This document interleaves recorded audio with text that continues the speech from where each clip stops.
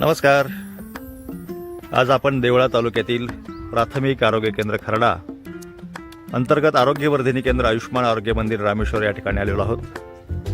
नुकतीच या आरोग्यवर्धिनी केंद्राची एनकॉस स्टेट असेसमेंट संपन्न झालेली आहे आणि एनकॉस स्टेट असेसमेंटसाठी क्वालिफाय होण्यासाठी काय तयारी केली पाहिजे याची माहिती येथील संबंधित समुदाय आरोग्य अधिकारी आणि इतर कर्मचाऱ्यांच्या माध्यमातून आपण या ठिकाणी घेणार आहोत. चला तर मग भेटूया येथील सर्व अधिकारी आणि कर्मचारी वृंदांना.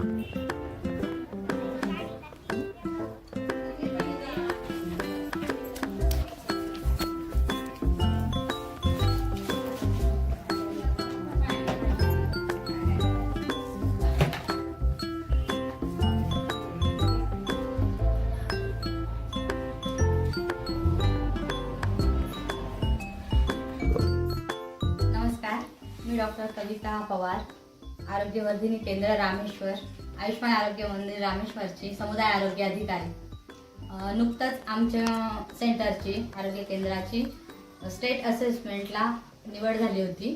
तर त्यानंतर ऑक्टोबरमध्ये आमची स्टेट असेसमेंट लागली आणि असेसमेंट पूर्ण झाली आहे. लवकरच आमचं सेंटर स्टेट असेसमेंटमध्ये एनकॉस स्टेट असेसमेंटसाठी क्वालिफाय होणार आहे. तर त्याबद्दलची माहिती आम्ही येथे सांगत आहोत. आमच्या गावाबद्दलची विशेष माहिती म्हणजे की नाशिक देवळा हायवेवरती आमचं गाव आहे रामेश्वर. रामेश्वर सेंटर हे प्राथमिक आरोग्य केंद्र खर्डा अंतर्गत येते, तालुका देवळा, जिल्हा नाशिक. तर आमच्या गावाच्या अंतर्गत 2 गावे येतात, रामेश्वर आणि भावडे. गावाची लोकसंख्या आहे 4177. गावामध्ये 6 अंगणवाड्या आहेत. दोन्ही गावांच्या मिळून 6 अंगणवाड्या आहेत. एकूण झेडपी स्कूल म्हणजे गव्हर्नमेंटचे जे शाळा आहेत त्या 5 शाळा आहेत. त्यामध्ये 4 प्राथमिक शाळा आणि 1 आश्रमशाळा, शासकीय आश्रमशाळा आहेत. त्याचप्रमाणे गावात काही खाजगी हायस्कूल पण आहेत. ते 4 हायस्कूल आहेत दोन्ही गावांचे मिळून. आणि ह्या एकूण सर्व मिळून आमच्याकडे 15 शाळा होतात. नंतर विशेष म्हणजे आमच्या स्टाफ बद्दल बोलूया. आमच्याकडे परमानंटच्या आरोग्य सेविका आहे श्रीमती बोरसे आणि आरोग्य सेवक आहे श्री कापडनीस. याशिवाय दोन्ही गावांच्या मिळून आमच्याकडे 4 आशा आहेत. रामेश्वरमध्ये 3 आणि भावडेमध्ये 1 अशा एकूण 4 आशा आहेत. तर आता आपण आपल्या आरोग्य केंद्राबद्दल म्हणजे एनकॉसची आम्ही कशी तयारी केली, त्यानंतर आम्हाला असेसमेंटला काय काय नवीन गोष्टी माहिती झाल्या, नवीन वेगवेगळ्या गोष्टी आम्ही ऍड केल्या, तर त्याबद्दलची आपण माहिती घेऊया. आता आपण बाहेरच्या भागापासून सुरुवात करूया. इथे सेंटरला आल्यानंतर सगळ्यात पहिले आपल्याला साईन बोर्ड दिसतो आपल्या आरोग्यवर्धिनी केंद्राचा, आयुष्मान आरोग्य केंद्र. हा आम्ही इथे बनवला आहे. त्यानंतर बाहेरच्या भागामध्ये स्टाफ पार्किंग आणि या साईडला पेशंट पार्किंग केलेलं आहे. दोन्ही सेपरेट केलेले आहे. हे दोन्ही बाजूला शोभेचे झाडं लावलेले आहेत. मध्ये आल्यानंतर आमचे हे सर्व 6 लोगो सेंटरचे दिसत आहेत. महत्त्वाचं म्हणजे इकडे नाव आहे सेंटरचं आयुष्मान आरोग्य मंदिर, ते स्पष्ट असायला हवं आहे. हा सूचना फलक आहे. हा कंपल्सरी नाही, पण तुम्ही लोकांच्या माहितीसाठी म्हणून आरोग्य केंद्राबाहेर लावू शकता. त्यावर तुम्ही वेळोवेळी सूचना टाकू शकता. नंतर येथे सर्व आपल्या झाडांच्या कुंड्या ठेवलेल्या आहेत. या बाजूला आमचा गप्पी मासे हौद आहे. इथे त्याचा नंबर टाकलेला आहे आणि आता पाणी झाकून ठेवलेलं आहे. हा आपण बाहेरच्या भागाची पूर्ण माहिती करून घेतली. आता बाहेरच्या भागामध्ये अत्यावश्यक मध्ये महत्त्वाची गोष्ट म्हणजे की इथे आरोग्य केंद्राचं नाव स्पष्ट दिसायला हवं. सर्व 6 लोक स्पष्ट असायला हवे. त्याशिवाय ज्या सूचना आहेत त्यामध्ये धूम्रपानास आणि तंबाखू सेवन, मद्यपान या सक्त मनाई आहे याच्या सूचना लावलेल्या आहेत. दुसरं म्हणजे चप्पल बूट येथे काढावे त्याबद्दलची सूचना आणि रुग्ण तपासणीची वेळ हे स्पष्ट शब्दांमध्ये इथे लावणं अपेक्षित आहे. यानंतर मागच्या बाजूला आपलं आयुष गार्डन आहे. मागचा जो परिसर आहे तिथे आम्ही 5-6 प्रकारची झाडं लावली आहेत. यामध्ये करण, कोरफड, चिंच, नंतर आवळा, कढीपत्ता, सीताफळ अशा प्रकारची झाडं मागच्या बाजूला लावलेली आहे. तर आपण आता जी मुख्य एंट्री आहे आपली एंट्रन्स जो आहे त्या एंट्रन्सला काय काय अपेक्षित आहे त्या गोष्टी बघूया.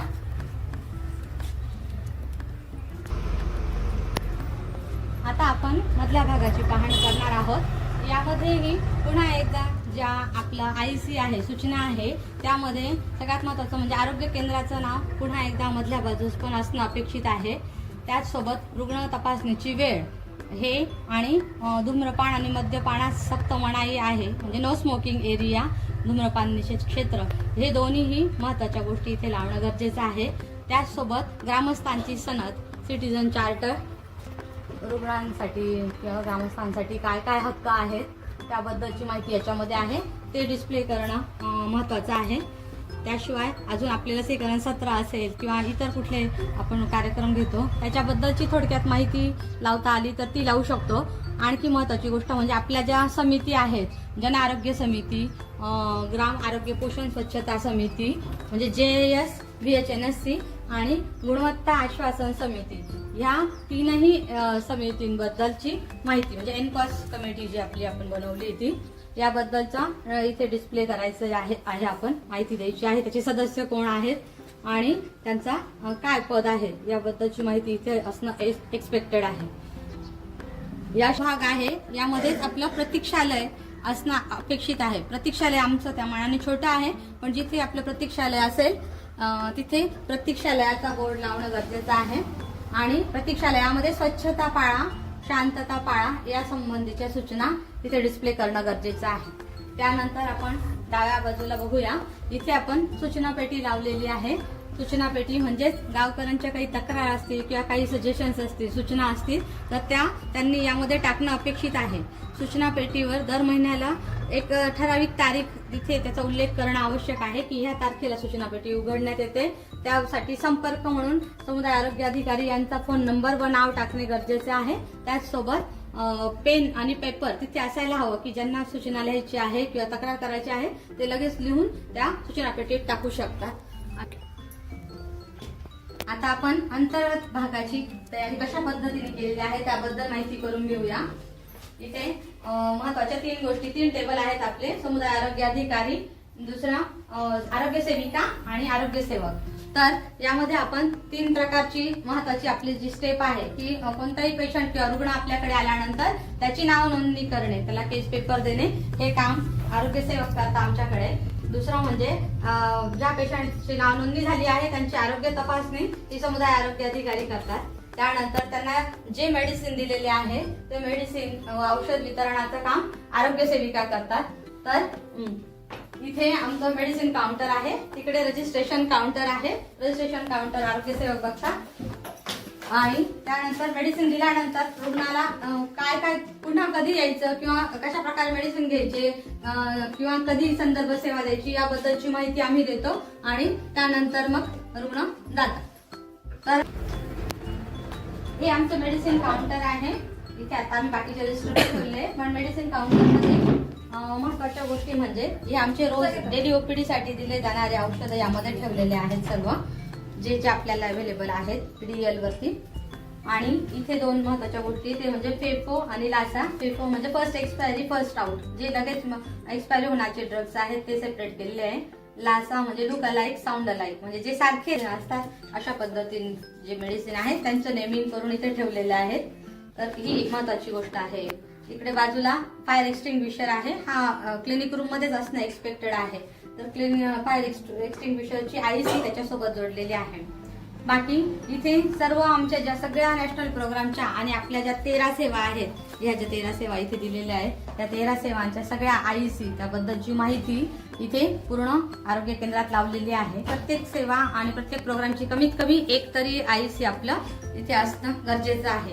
याशिवाय आणखी जो इयरली वर्क प्लॅन आहे आणि मासिक आणि वार्षिक वर्क प्लॅन सगळ्या स्टाफचा लावलेला आहे. नंतर आरोग्य दिनदर्शिका लावलेली आहे.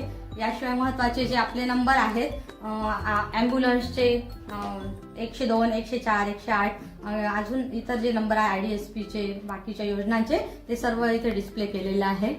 नंतर इथे महत्वाची गोष्ट म्हणजे मेडिसिन जे आपण स्टॉक केलेले आहे त्याच्यातले काही मेडिसिन आम्ही कबर्डमध्ये ठेवलेले आहे आणि काही मेडिसिन इथे रॅकमध्ये ठेवलेले आहे.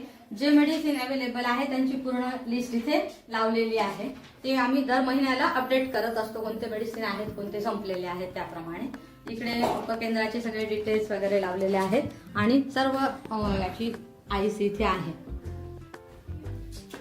यानंतर आपण मध्ये बघणार आहोत क्लिनिक रूम नंतर दुसरी महत्वाची रूम आहे लेबर रूम.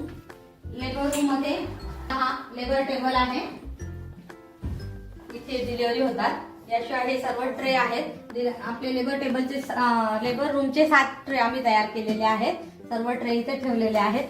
सगळ्या ट्रेवरती त्यामध्ये काय काय मेडिसिन आहेत, काय काय इक्विपमेंट्स आहेत त्याची सगळ्यांचा डिस्प्ले इथे आहे.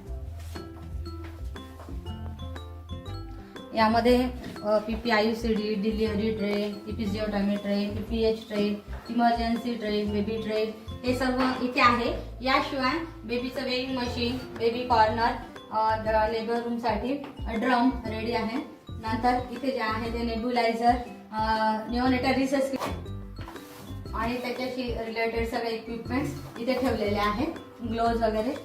आणि हे सर्व जे यामध्ये जे सगळे जे आहेत इंजेक्शन्स किंवा टॅबलेट्स जे काही आहे त्या सर्वांचे एक्सपायरी डेट इथे डिस्प्ले केलेली आहे त्या बाजूला. ते महत्वाचे आहे. काय लेबर रूमची महत्वाची गोष्ट म्हणजे की इथे याचे सगळे आयसी आपल्याला लावणं गरजेचं आहे. त्यामध्ये 3rd स्टेज ऑफ लेबर, नंतर PPH, इक्लाम्शिया आणि निओनेटल रिसस्किटेशन हे सर्व स्थानिक भाषेत म्हणजे लोकल लँग्वेज मध्ये मराठीमध्ये हे लावणं गरजेचं आहे, कारण की डिलिव्हरी होताना काही प्रॉब्लेम आला तर त्याबद्दलचं माहिती मिळू शकेल. हे आमचं लसीकरण कक्ष आहे. लसीकरण कक्षामध्ये इथे आम्ही लसीकरणाची सर्व माहिती त्याबद्दलचे त्याच्याशी संबंधित असलेले सगळे जे इक्विपमेंट्स आहेत ते सर्व इथे ठेवले आहे. म्हणजे syringe, needle, AFI kit, hub cutter, नंतर वॅक्सिन ट्रे हे सर्व इथे अवेलेबल केलेले आहे. त्याचसोबत इथे सर्व जी प्रसूती नंतर आम्ही ही रूम पेशंटला ठेवण्यासाठी, त्यामुळे हा बेड इथे आहे प्रसूती नंतरचा. आणि याबद्दलची जी आहे म्हणजे पोस्ट लेबर जे काळजी घ्यायची आहे त्याची आयसी इथे आहे. तसंच वॅक्सिनेशनची म्हणजे लसीकरणाच्या अंतर्गत जी आयसी आहे ती पण इथे लावली. याच्यामध्ये ॲड्रेनलिनचे डोस, PEP म्हणजे पोस्ट एक्सपोजर प्रोफायलेक्सिस वगैरे काय आहे त्याबद्दलची माहिती याच्यात दिलेली आहे. हे AFI किट आहे, त्याच्यामध्ये सगळे जे मेडिसिन आहे त्याची लिस्ट इथे आहे आणि याच्यासोबत त्याचा फॉर्म याच्यामध्ये ठेवलेला आहे.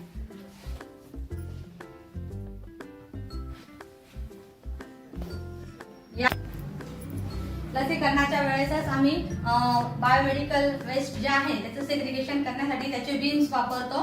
ते आम्ही त्याच्यासाठी सेपरेट इथे एरिया केलेला आहे बायोमेडिकल बिन्सचा. यामध्ये ब्लॅक, रेड, येलो, ब्लू आणि व्हाईट कंटेनर इथे ठेवले आहे. याबद्दलची आयसी इथे लावलेली आहे की कशा पद्धतीने आपण ह्या कचऱ्याचं वर्गीकरण करतो आणि विल्हेवाट लावतो, ती सर्व माहिती आम्ही इथे दिलेली आहे. आता या कॉर्नर मध्ये आपण लॅबोरेटरी रूम केलेली आहे. आमच्याकडे जागा लिमिटेड असल्यामुळे, कमी असल्यामुळे आम्ही एकाच रूम मध्ये इथे 3-4 वेगवेगळ्या प्रकारच्या रूमची व्यवस्था केली आहे. इथे लॅब रूम आहे. यामध्ये इथे आपल्याकडे आरोग्यवर्धिनी केंद्रात अपेक्षित असलेल्या 15 टेस्टची माहिती इथे दिलेली आहे आणि त्या 40 लावलेली आहे. हे म्हणजे की जे रॅपिड डायग्नोस्टिक किट्स आहे त्यांच्याबद्दलच्या सर्व वर्क इन्स्ट्रक्शन इथे लावलेले आहे, जे की आता आपल्याकडे अवेलेबल आहे. तर आता आमच्याकडे अवेलेबल असलेले इथे सर्व किट्स ठेवलेले आहेत. Urine test, urine pregnancy test, blood sugar test, iodine test, नंतर वॉटर टेस्ट, वॉटर सॅम्पलचे जे आपण टेस्ट घेतो TCLचे हे सर्व इथे ठेवलेले आहे. तसंच स्पुटम कंटेनर हे सर्व इथे अवेलेबल आहे. याच्यासोबत याची सर्व आयसी इथे दिलेली आहे. त्याचसोबत आणखी काही आम्ही जे किट्स तयार केलेले आहे सेंटरचे ते सर्व इथे ठेवलेले आहे. यामध्ये ORT कॉर्नर आहे, त्याच्या खाली आहे एपिडेमिक किट, त्याच्या खाली आहे किट, त्याच्या खाली आहे गृहभेटीचे म्हणजे होम व्हिजिट किट आणि खाली आहे फॅमिली प्लॅनिंग किट. याशिवाय आमच्याकडे आणखी असलेले दुसरे म्हणजे AFI किट आणि आशांसाठी प्रत्येक आशा किट आम्ही सर्वांसाठी अवेलेबल केलेले आहेत. यासोबत इथे जवळच आम्ही ड्रेसिंगसाठी कॉर्नर केलेला आहे. त्यामध्ये सगळं ड्रेसिंग मटेरियल, ड्रेसिंगसाठी स्टराईड केलेला पॅड्सचा ड्रम, आणि ह्या सर्वांसोबतच इथे आम्ही ऑक्सिजन कॉन्सन्ट्रेटर हे सर्व ह्या जागेत ऑक्युपाय केलेलं आहे. इकडे ह्या मागच्या भागात आमच्याकडे इथे आम्ही स्टोअर रूम केलेले आहे. त्यामध्ये हे मोठं कबड आणि ही एक रॅक आहे. रॅकवर हे सर्व मागचे जे रेकॉर्ड आहे 30 वर्षांपर्यंतचे सगळे रेकॉर्ड आम्ही नोंदणी करून ठेवलेले आहे. एक 5 वर्षाचे, 10 वर्षाचे, 10 ते 20 वर्षाचे आणि 30 वर्षापेक्षा जुने असे सगळे रेकॉर्ड कोड करून ठेवलेले आहे. नंतर हे कबड आहे. यामध्ये आमचे सर्व जे कर्मचारी आहेत त्या प्रत्येकाला वेगवेगळ्या कप्प्यांमध्ये त्यांचे इंडिकेटरशी कन्सर्न, त्यांचं दप्तर, त्यांचं रेकॉर्ड, फाईल्स वगैरे या पूर्ण कपाटात ठेवलेले आहे. तसंच काही औषधांचा जो साठा शिल्लक आहे तर तोही आम्ही इथे ठेवलेला आहे. याच रूम मध्ये आणखी दुसरी महत्वाची गोष्ट म्हणजे इथे आमचं ऑटोक्लेव्ह मशीन असतं. जसे आमच्या आरोग्य सेविका ते ऑपरेट करतात. तर दर आठवड्याला आणि प्लस जेव्हा डिलिव्हरी असेल त्यावेळेस ड्रम लावण्यासाठी त्याचा उपयोग केला जातो. त्याचसोबत इकडे आमचं डेडिकेटेड एरिया हा प्रसाधन गृह आहे. हे शेवटचं प्रसाधन गृहाचं हे टॉयलेट आहे. ते उघडून दाखवा सर.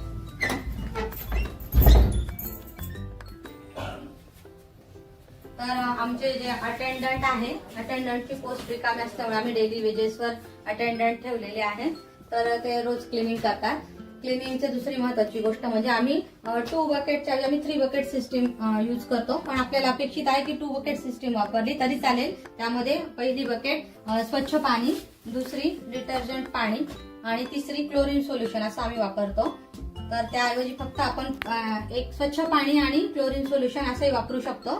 हे वॉश बेसिन आहे. इथे टॉवेल आणि त्याची IEC जे हँड वॉश टेक्निक आहे आणि लिक्विड हँड वॉश हे सर्व इथे असणं अपेक्षित आहे, ठेवलेलं आहे. तर इथे आम्ही जी क्लिनिक रूम आहे यामध्ये आपल्या इथे एक्झामिनेशन ट्रे आहे आणि इथे आमचे सर्व रजिस्टर आता आम्ही मांडून ठेवलेले आहे बघण्यासाठी म्हणून.